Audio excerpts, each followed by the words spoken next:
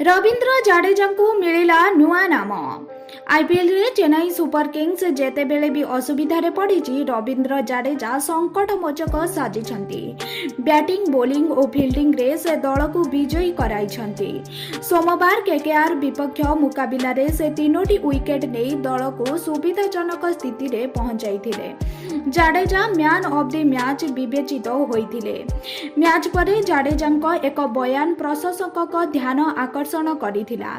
चेन्नई प्रशंसक महेंद्र सिंह धोनी को थाला और सुरेश रायना को चीना थाला संबोधित करिथांती। पुरस्कार वितरण कार्यक्रम रे रायना प्रशंसक मानकु हर्ष भोगेलଙ୍କ माध्यम रे एक नुआ नाम देबा पई कहिथिले।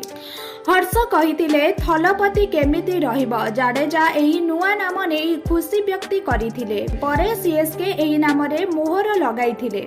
से एक्स रे एहाकु शेयर मध्य करिसंती। मैन ऑफ द मैच पुरस्कार जितिबारे से धोनी को रेकर्ड सह समकक्ष होइचंती। उभय 15 थर लेखाए मैन ऑफ द मैच होइचंती।